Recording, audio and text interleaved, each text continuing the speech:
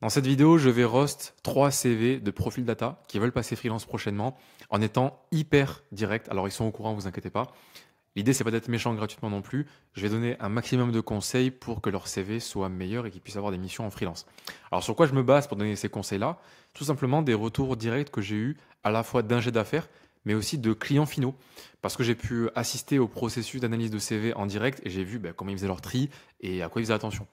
Donc, vous allez voir, les conseils que je vais donner vont peut-être vous paraître des fois contre-intuitifs, mais je vous assure, c'est ce qui marche vraiment aujourd'hui. Donc, restez bien jusqu'à la fin. Surtout qu'en plus, j'ai vu sur un des CV un truc que beaucoup de gens font et qui est vraiment un truc à ne pas faire. Donc, j'espère qu'après la vidéo, ça sera moins commun en tout cas sur les CV. Si vous voulez vous aussi envoyer votre CV pour qu'il soit analysé, vous pouvez l'envoyer à ce mail ici ou sur Twitter, @chamsoko. Et voilà quoi. Donc, on va commencer tout de suite. Ok, on est parti. Alors les CV, je les connais un petit peu déjà, donc ça va aller un peu plus vite qu'en temps normal. Mais comme ça, au moins, ce sera plus facile à consommer pour vous. Alors là, on a un CV de quelqu'un qui est consultant décisionnel. Alors déjà, le premier problème, c'est ça. C'est pas un terme qu'on va retrouver souvent dans le marché, donc c'est pas un terme que vous devez mettre sur votre titre. Le titre doit vraiment être le mot que les clients veulent voir, le mot que les recruteurs veulent voir aussi. Alors comment on sait quels sont les mots que les clients veulent voir? Tout simplement en allant analyser le marché, en allant voir les offres d'emploi, en allant croiser les statistiques des mots-clés qui apparaissent. Et je vous le dis tout de suite, ça, je vais parler à cette personne-là que j'ai anonymisé, mais ça, il faut le changer. Ça, faut choisir. Soit tu mets BI, soit tu mets data analyst, soit tu mets data engineer, mais il faut pas mettre un truc comme ça. Là, je vois les expériences. Je vois data analyst, je vois gestionnaire financier, assistant chargé d'études. Enfin, il y a pas de consistance. Donc, il faut choisir un truc et s'y tenir, être consistant. Si jamais c'est le cas, si c'est vraiment pas le cas, on va pas mentir. Mais là, pour ce profil-là, j'ai déjà parcouru un petit peu. C'est un profil qui est clairement data analyst, voire data engineer. Donc, pour commencer, déjà, le titre hyper important de mes data engineers. Autre point, bon déjà c'est un CV qui est au format paysage. Bon, c'est assez rare, mais je sais que c'est un CV c'est un template d'entreprise, donc c'est pas son template à lui. Bon, ce que je peux conseiller, c'est d'avoir son propre template, même si c'est pas hyper dérangeant, mais bon. Bon, en tout cas, visuellement, il est pas trop mal. Il y a du contraste, on arrive quand même à bien lire. Un point important, bon, je fais un peu dans le désordre, mais un point important, ça pourrait être de mettre des logos. Surtout là qu'on a des belles entreprises qui sont reconnaissables. On a la Caisse d'épargne, on a Médiamétrie, on a Galec. Alors pour ceux qui ne savent pas, Galec c'est une filiale de Leclerc. Donc en gros on peut mettre un beau logo Leclerc, un beau logo Médiamétrie, un beau logo Caisse d'épargne. Et en un coup d'œil on peut se dire ah ok il a bossé dans des belles boîtes. Alors on peut en penser ce qu'on veut, c'est le cerveau humain il marche comme ça. Donc on va y associer forcément plus de valeur. Mais revenons au point important. Donc le point important déjà c'est d'avoir une consistance par rapport au titre qui est ici. Déjà, en plus, il est assez petit. Moi, je l'aurais mis en beaucoup plus gros parce que c'est le point le plus important. C'est sur quoi vous êtes positionné. Et après, il faut que dans vos expériences, tout ce que je vais lire va me confirmer ce que je lis ici. Si là, vous me mettez boulanger, je veux que vous mettiez là, j'ai fait du pain. Ici, j'ai appris à faire du pain. Et là, j'ai aussi fait du pain. Si vous me dites là, j'ai fait du surf, là, j'ai fait de la data science. Et là, j'étais trapéziste, ça n'a pas vraiment de sens. Donc, si vos expériences n'ont pas de rapport vraiment direct avec ce qui est écrit là, avec le positionnement global, ou que ça n'apporte pas vraiment de valeur, il faut le dégager. Là, pour le coup, tout est à peu près cohérent. Donc, je vous laisserai faire poser tout le lien. Moi, j'ai déjà lu juste un peu avant. Donc, on voit qu'il y a du Alteryx, il y a du SQL. On a de la partie analyse avec machine learning, analyse textuelle, scoring. Pareil, statistique, ça revient. Donc, ça reste consistant par rapport aux tâches. Mais par contre, par rapport à l'appellation de l'expérience, c'est pas très consistant. Donc, moi, ce que je te recommanderais, ce serait de trouver un moyen de rendre ça consistant en appelant ça à chaque fois data analyst ou un autre terme si tu penses que c'est plus pertinent. Comme ça, au moins, on a l'impression que vraiment on est sur un profil qui est très spécialisé, qui fait un seul truc très bien, et c'est top ça pour la valeur perçue. Parce qu'on ne veut pas avoir un profil généraliste, on veut vraiment avoir un profil qui est spécialisé sur un truc. Donc, premier step, ça serait de mettre déjà les mots-clés dans les titres. Ensuite, par rapport au descriptif des expériences. Ce qui manque sur ce CV, c'est du contexte. On ne sait pas vraiment quel est le contexte métier dans lequel lui, il a fait sa mission. C'était quoi le but derrière? C'était quoi l'intérêt business? C'était quoi le résultat final? On n'a que de la partie technique là. On voit transfert de rapport, création de cubes, enfin c'est que du technique. Donc là, moi, ce que je mettrais, c'est un petit encart, même une ligne ou deux lignes, avec le contexte. Le contexte, en gros, voilà, création de rapport pour l'équipe, je sais pas, financière, avec tel résultat à la clé, etc. Et ensuite, on peut détailler un peu la partie technique. Et pour finir ça, et pour que ce soit vraiment top, ce serait bien d'avoir des mots-clés qui ressortent vraiment. Parce que là, bon, comme on l'a vu, c'est très vaste. En plus, c'est un terme qui n'est pas courant, consultant décisionnel, mais ce serait bien que ça soit associé à une stack éventuellement. Data analyst, il y a plein de façons de faire. On peut faire avec du Power BI, on peut faire avec du Alteryx, on peut faire avec Tableau. Il y a plein de trucs qui sont listés là, comme vous voyez, pour ceux qui ne connaissent pas le domaine. Donc, c'est bien si les mots-clés peuvent ressortir et qu'on sache tout de suite sur quoi tu sais travailler. Toi, si tu es expert sur Alteryx et Power BI, ben, il faut que je vois apparaître Alteryx et Power BI bien gras, bien gros, partout, quoi. Sans abuser, bien sûr, mais ça peut être soit en mettant les mots-clés comme celui-ci en gras, voilà, SQL en gras, Alteryx encore en gras, ou alors, ce que moi j'ai fait sur mon CV personnellement, c'est une petite section mots-clés en dessous des expériences ici, avec des petites pastilles. Une pastille par mot-clé. Par exemple, j'ai le mot-clé que je vais remettre Alteryx, après SQL, après Oracle, et comme ça fait un rappel visuel, avec encore mieux, avec un peu de contraste pour que ça ressorte bien. Et comme ça, en un coup d'œil, on voit à la fois le contexte, les missions techniques et la stack technique ou les mots-clés qui sont pertinents pour l'expérience. À savoir que ces mots-clés, idéalement, on veut qu'ils soient aussi cohérents par rapport à ce que le marché recherche. Si on sait que le marché est à la recherche d'experts sur Power BI et d'Alterix, ben c'est des mots-clés qu'on va vraiment mettre en avant. Et le reste, et donc, par exemple la partie machine learning, ACP, clustering, si c'est pas quelque chose qui a de la valeur, on peut l'enlever. C'est pas obligatoire, on n'est pas obligé de tout mettre. Ça, c'est aussi un truc que vous voyez sur tous les CV, enfin que je vois très très souvent. Les gens veulent vraiment tout mettre. Ça sert à rien de tout mettre en fait. C'est même contre-productif. Mettez les éléments qui sont pertinents par rapport à ce que votre marché recherche et affinez au fur et à mesure si jamais vous vous rendez compte qu'il y a des points qui manquaient dans votre CV alors que vous avez vraiment fait ça. Mais en général, les gens mettent trop d'éléments. Ils mettent jamais pas assez d'éléments. Donc moi, par exemple, la partie machine learning, analyse textuelle, je ne sais pas si vraiment c'est une plus-value dans la data analyst, mais peut-être qu'il faudrait l'enlever. C'est une idée. Bon, j'en sais rien, mais en gros, il faut vraiment se poser la question de est-ce que vraiment chaque ligne a un intérêt pour mon marché cible. Comme ça, en plus, ça fait moins d'éléments, c'est plus facile à lire, c'est plus agréable, on a plus envie de voir ce que la personne a fait. Pour revenir sur les autres sections. Là, on a un stage. Bon, le stage est intéressant, donc c'est intéressant de le garder, mais sinon, j'aurais dit de le barrer. Ça, pour moi, ça dégage. On s'en fout, on raconte pas sa vie. Enfin, là, bon, j'abuse un peu, peut-être que les gens, ils aiment bien voir ça, mais moi, on m'a jamais dit que ça changeait quoi que ce soit de mettre un paragraphe sur ça, sur ce qu'on aimait faire ou quoi. En plus, c'est extrêmement bateau. Donc, à part s'il y a vraiment un truc qui sort du lot, moi, je ne conseille pas mettre un paragraphe à propos, voilà, qui suis-je, etc. Ça, on s'en fiche un petit peu. Aller à l'essentiel, donner aux gens ce qu'ils veulent. Pareil, compétences techniques. Alors ça peut être bien, mais sous cette forme-là, je trouve que c'est un peu trop brouillon. Il y a trop de, c'est pas vraiment très précis, quoi. Il faudrait vraiment qu'il y ait un truc très spécifique.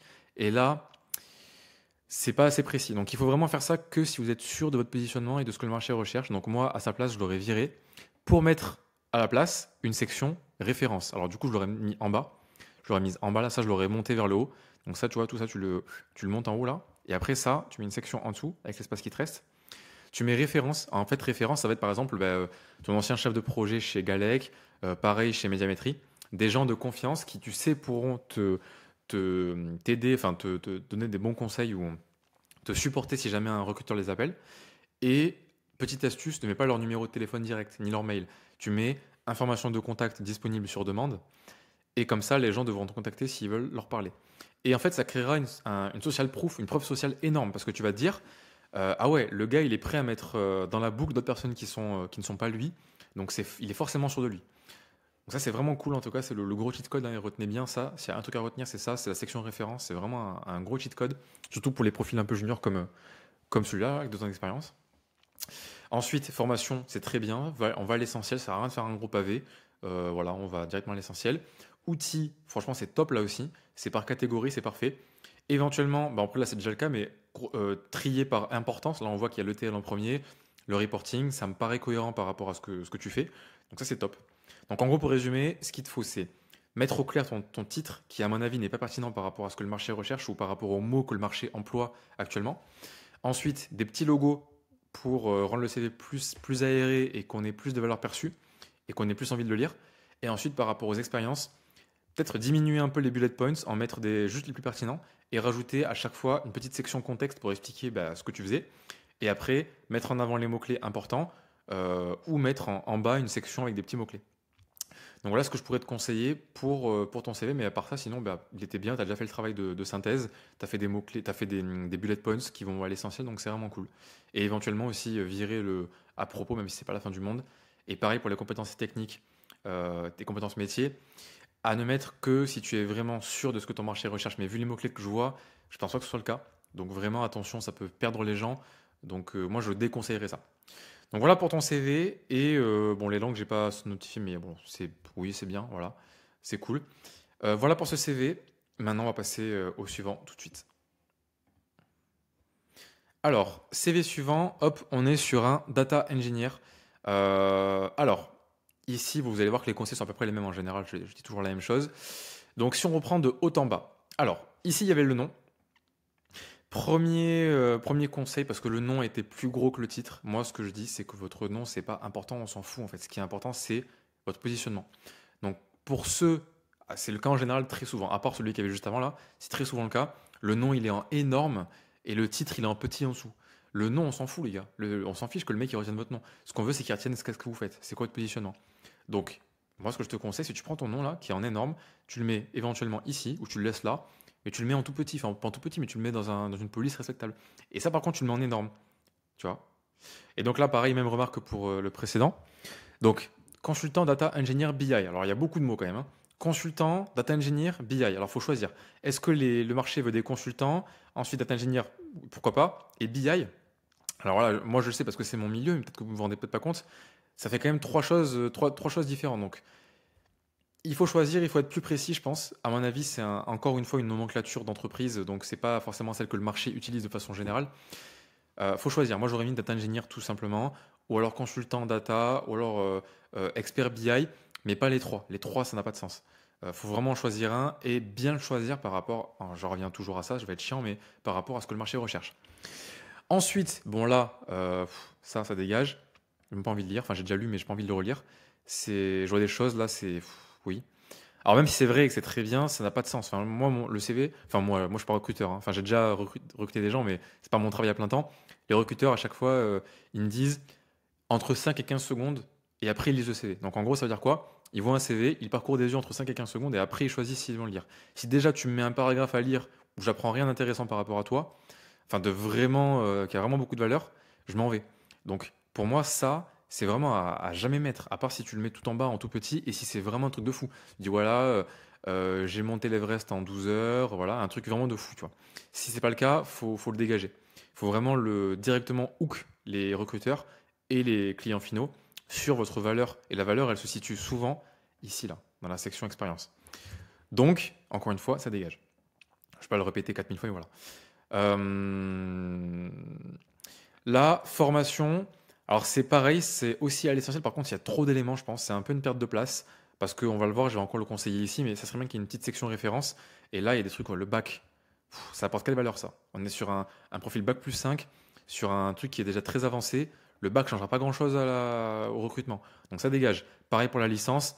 Pour moi, il faut que le master. Master millage, c'est assez connu dans le milieu. On peut s'arrêter là. Le reste, pour moi, c'est pas important. Donc ça, c'est de la place de un peu gâcher. Faut mettre un truc plus intéressant comme des références. Mais on verra ça après. Expérience. Peut-être aussi pour le visuel. Ouais, je vous avoue, c'est très freestyle. Vous voyez, là, on va dans tous les sens. Pour le visuel, bon, ça manque de contraste. Je pense que vous en rendez compte sur la vidéo. C'est du gris sur blanc. Il n'y a pas vraiment. Enfin, on voit un peu le titre, il sort bien, mais ça manque quand même de contraste. Donc ça, vraiment, faut le mettre en noir ou faut que ce soit visible. C'est pas assez visible. Ça, c'est pour le visuel. Et pareil, de façon globale, c'est pas très très contrasté. Donc ça serait bien de trouver un moyen que ce soit plus contrasté. Maintenant, par rapport au contenu. Donc là, c'est pareil, les termes utilisés sont pas consistants. On a, alors, consultant data, data management, data engineer ClickSense. Pour moi, il faut choisir, encore une fois, il faut choisir un truc et s'y tenir. Il faut avoir un CV où, si on met data engineer, on met partout data engineer. Mais on met que ça. Data engineer, data engineer, data engineer. Là, on enlève data management, on met engineer. Et là, on met engineer. Parce que ça, je sais ce que c'est. Ça, c'est les termes des entreprises. C'est des boîtes de conseil qui veulent appeler ça avec un terme stylé. En soi, le travail, c'est data engineer. Et en fait, on s'en fiche. On s'en fiche de ce que c'était votre travail. Ce qu'on veut savoir, c'est en quoi ça consiste actuellement par rapport au marché. Si ce que vous faites, si ce que vous avez fait, le marché appelle ça aujourd'hui data engineer, mais vous appelez ça data engineer. Vous appelez pas ça comme vous appelez ça à l'époque. Parce que les nomenclatures changent et vous devez évoluer avec le temps, sinon la valeur perçue ne sera pas là. Donc, par exemple, si vous avez fait un travail qui, à l'époque, aurait pu s'appeler data management, mais qu'aujourd'hui, c'est acquis que tout le monde appelle ça data engineering, vous mettez data engineering. Comme ça, vous donnez aux gens ce qu'ils veulent lire. Et pour moi, c'est le gros cheat code. Et c'est un peu le gros problème avec les gens, c'est qu'ils vont mettre ce qu'ils pensent être correct, ce qui est tout à fait intuitif. En fait, il faut donner au marché ce qu'il recherche. Le marché, s'il veut des gens qui soient data ingénieurs et que la liste des compétences qui correspond à ce que aujourd'hui le marché appelle data engineer, ben, c'est ce que vous faites, ben, mettez data engineer. Et comme ça, au moins, c'est consistant. Donc, en gros, pour récapituler, on vire les titres, on met un truc consistant. Hop, on dégage, on dégage, on dégage. Pareil, là, c'est que des belles boîtes. Je vois du LVMH, je vois du Safran, je vois du Airbus, je vois du SIG. Triman, je connais pas. Mais ça mérite un logo. Un petit logo pour la valeur perçue. Ça rendra le CV plus agréable à lire. Ça sera vachement, il y aura vachement plus de valeur perçue. Donc, clairement, un logo. On pète un petit logo et tout le monde est content. Ensuite, par rapport au contenu des expériences, ben, là, c'est un peu moins bien que l'autre CV. Ça mériterait des bullet points plus synthétiques sur les tâches réalisées. Encore une fois, avec une section contexte pour expliquer le besoin. Là, ça y est pas. Il me semble, j'avais regardé, mais ça y est pas. Non, ça y est pas. Là, on voit projet de migration de flux, mais ça reste très technique. On ne sait pas quel était vraiment le besoin métier, quel était l'intérêt business de faire ça. En fait, pourquoi je dis ça? Parce que j'ai peut-être pas expliqué. En fait, c'est pour que les métiers puissent se projeter. Si votre client final n'est pas un technique, il faut qu'il comprenne qu'est-ce que vous avez aidé à faire à vos clients précédents et quelle est la valeur ajoutée. Et comme ça, il peut se projeter. Il va se dire, ah putain, Michael, avant, il a pu aider un client à déployer un ETL et faire gagner X% de rapidité sur la prod. Ben ça lui parle. Même si c'est un peu technique, il va se dire, putain, c'est exactement ce que j'ai besoin de faire. Nous aussi, on a besoin d'avoir des flux ETL pour faire nos rapports aux clients. Donc, c'est vraiment un truc qui nous intéresse. Mais si on met tout de suite test, HP, ALM, je sais pas quoi, talent, enfin, on comprend rien, quoi. C'est trop technique. C'est pour les geeks. Donc, faites une section pour les geeks, qui est la partie mission, et une section pour les chefs de projet, les métiers, les recruteurs qui ne sont pas forcément techniques.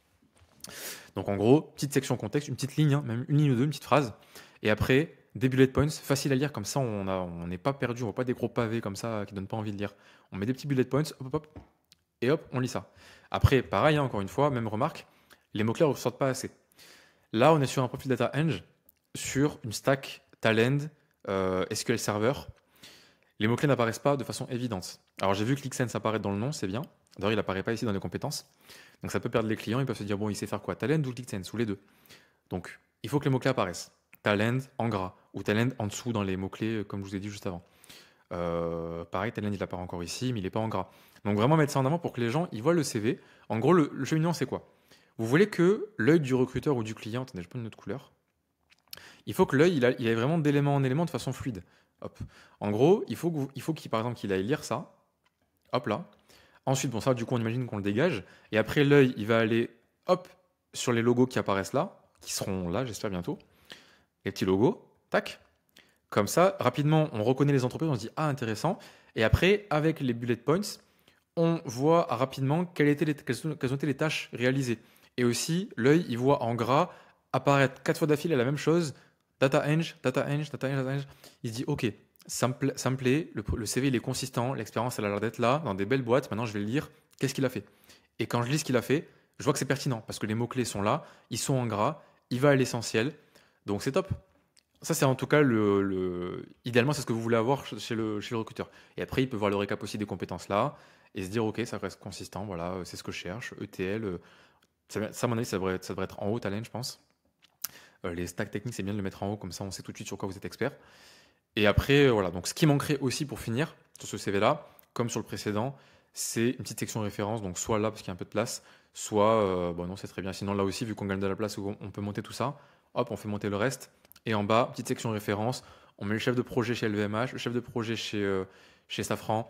Et on met, voilà, à contacter si vous voulez avoir plus d'infos, etc., pour qu'il vous parle de moi, quoi. Et là, le CV sera déjà beaucoup mieux. Donc, je pense qu'on n'est pas trop mal sur ce CV. Donc, c'est pareil, hein, à peu près les mêmes remarques en gros, hein. Visuellement, plus de contraste, mettre les mots-clés en valeur, choisir les mots-clés intelligemment par rapport au marché et pas par rapport à ce que vous avez fait dans le passé parce que votre chef vous a dit que vous étiez consultant data management, vous écrivez ça. Allez plus loin que ça, écrivez vraiment ce que le marché recherche et ce qui est actuellement le nom qu'a votre expertise, parce que ça change, je vous le dis, ça change. Et puis après, c'est pas mal là déjà. Après, la section référence. Et dans les expériences, allez à l'essentiel, mettez vraiment des bullet points, pas de pavés comme ça, un peu de contexte, fait toujours plaisir, et ça sera pas mal du tout. Voilà, et on vire la partie baccalauréat, enfin, on s'en fout tout ça. Quand même, dites-moi en commentaire si vous aimez ce format, parce que ça, j'en ai plein en réserve des CV, j'en ai dans le web, j'en ai dans plein de domaines. Si vous voulez que j'en fasse d'autres, n'hésitez pas à me le dire ici ou sur Twitter. Et sinon, envoyez-les-moi aussi par mail si vous voulez que je voulais fasse une review en live en étant très méchant. Bon, je pense que j'ai pas été si méchant que ça en réalité, hein. En tout cas, dites-moi si vous pensez que j'étais trop méchant. Je pense pas avoir été trop méchant. Si vous voulez passer vous aussi freelance, d'ailleurs, sachez que vous avez un lien en description pour qu'on construise ensemble une roadmap. Le but, c'est qu'en gros, je vous construise une roadmap pour les prochains mois pour que vous puissiez passer freelance avec la meilleure approche possible. Donc, l'idée, c'est quoi? Vous prenez un rendez-vous, on en discute. Moi, à la fin, si je vois que c'est pertinent pour vous, je vous parlerai de mon accompagnement, parce que j'ai un accompagnement pour aider les gens qui sont salariés ou freelance à trouver des missions avec des vrais process très carrés. Mais si c'est pas pertinent pour vous, on n'en parlera pas. C'est juste, déjà, on fera la roadmap. Donc si ça vous intéresse, n'hésitez pas. Vous avez le lien en description, vous l'aurez aussi en commentaire épinglé. Et sinon, je vous dis à bientôt pour une prochaine review de CV ou une autre vidéo sur le freelancing. Allez, ciao!